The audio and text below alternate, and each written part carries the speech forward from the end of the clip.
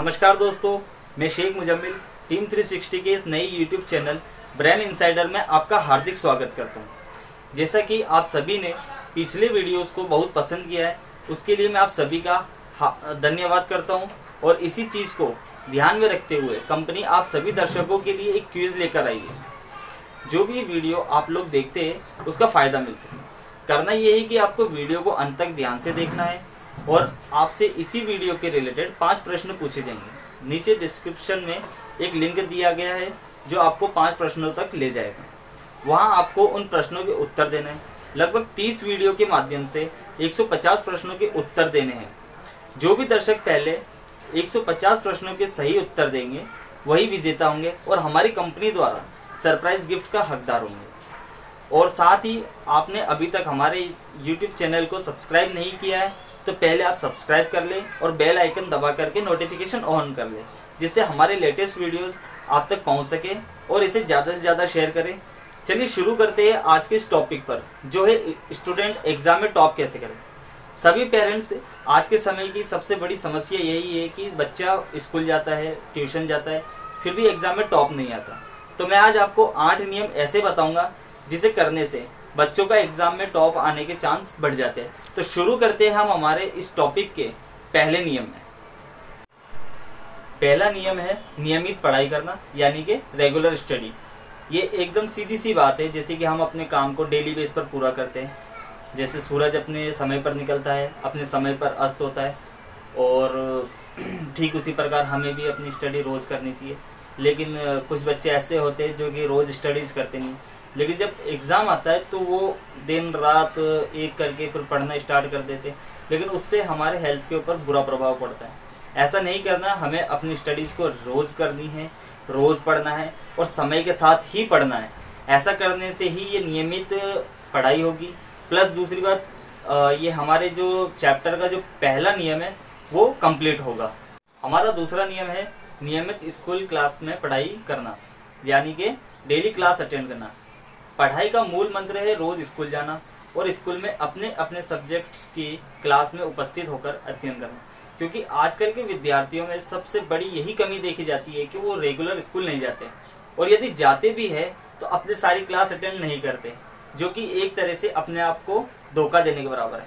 और अक्सर विद्यार्थी यही सोचते हैं कि चलो जो हमारी क्लास छुट्टी है उसे हम अपने ट्यूशन में अच्छी तरीके से पढ़ लेंगे।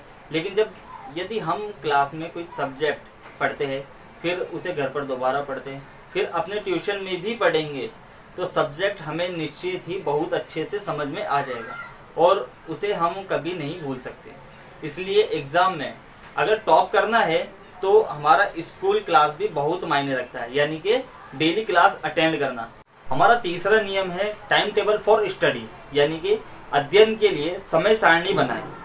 जैसा कि हमें मालूम है कि हर चीज़ का एक समय होता है, जैसे समय पर खाना खाना, समय पर स्कूल जाना, समय पर एग्ज़ाम का होना, समय पर नई क्लास में एडमिशन लेना, यानी दुनिया का हर काम अपने अपने एक समय के लिए फिक्स होता है।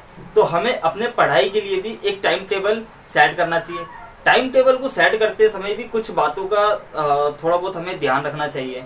जैसे कि हम जिस सब्जेक्ट में काफ़ी कमज़ोर हो तो उस सब्जेक्ट के लिए ज़्यादा वक्त, फिर साथ में हर सब्जेक्ट के लिए पढ़ाई का समय दें।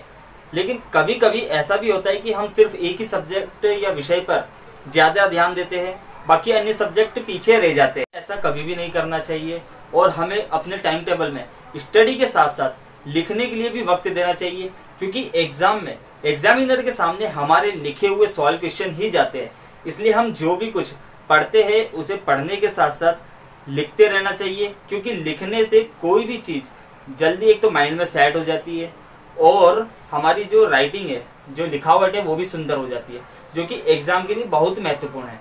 हमारा चौथा नियम है स्वास्थ्य का ध्यान रखना, यानी कि केयर विथ हेल्थ। यदि हम जो भी कुछ पढ़ते हैं तो हमारे समझ में जल्दी आ जाए तो हम जल्दी से याद कर लें, तो इसके लिए हमारे स्वास्थ्य का अच्छा होना बहुत मायने रखता है।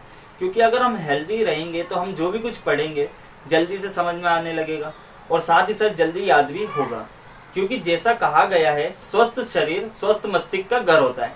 इसलिए हम अपने अध्ययन के साथ साथ हमारे स्वास्थ्य का भी ध्यान रखना बहुत आवश्यकता होती है। हमारा 5वां नियम है अध्ययन के बारे में विचार विमर्श करना, यानी कि ग्रुप स्टडीज डिस्कस करना। जब हम कुछ भी पढ़ते हैं तो क्या हमारी जानकारी पूरी तरह से सही है या हमारे द्वारा पढ़े गए सब्जेक्ट में हम कुछ भूल रहे हैं, तो ऐसी स्थितियों से बचने के लिए हमें अपने क्लासमेट्स के साथ ग्रुप में डिस्कशन करना चाहिए, यानी कि स्टडी डिस्कस करते रहना चाहिए।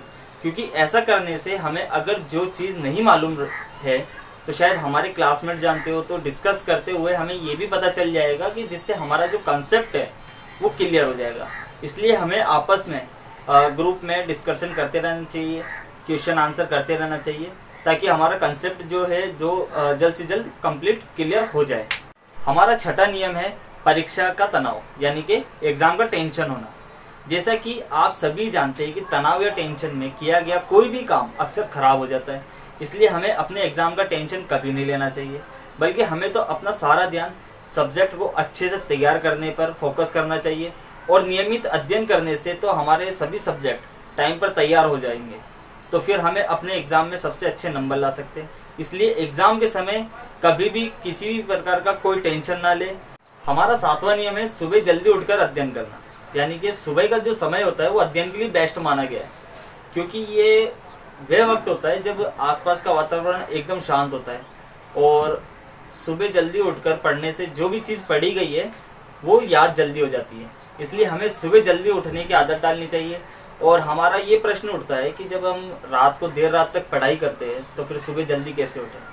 तो मेरा मानना ये है कि जब आप देर रात को जो अध्ययन करते हो तो हमें देर रात तक पढ़ाई नहीं करनी चाहिए, क्योंकि ऐसा करने से आपकी नींद पर फर्क पड़ेगा, और अगर नींद पर फर्क पड़ेगा तो आपके शरीर पर बुरा प्रभाव पड़ेगा।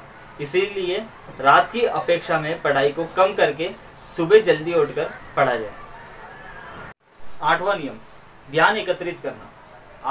आजकल हम सबके साथ सबसे बड़ी यही समस्या है कि हम बिना टीवी, मोबाइल फ़ोन, फेसबुक या व्हाट्सएप के बिना एक पल नहीं रह सकते, जो कि कहीं ना कहीं हमारी स्टडी पर भी इसका बुरा असर पड़ता है।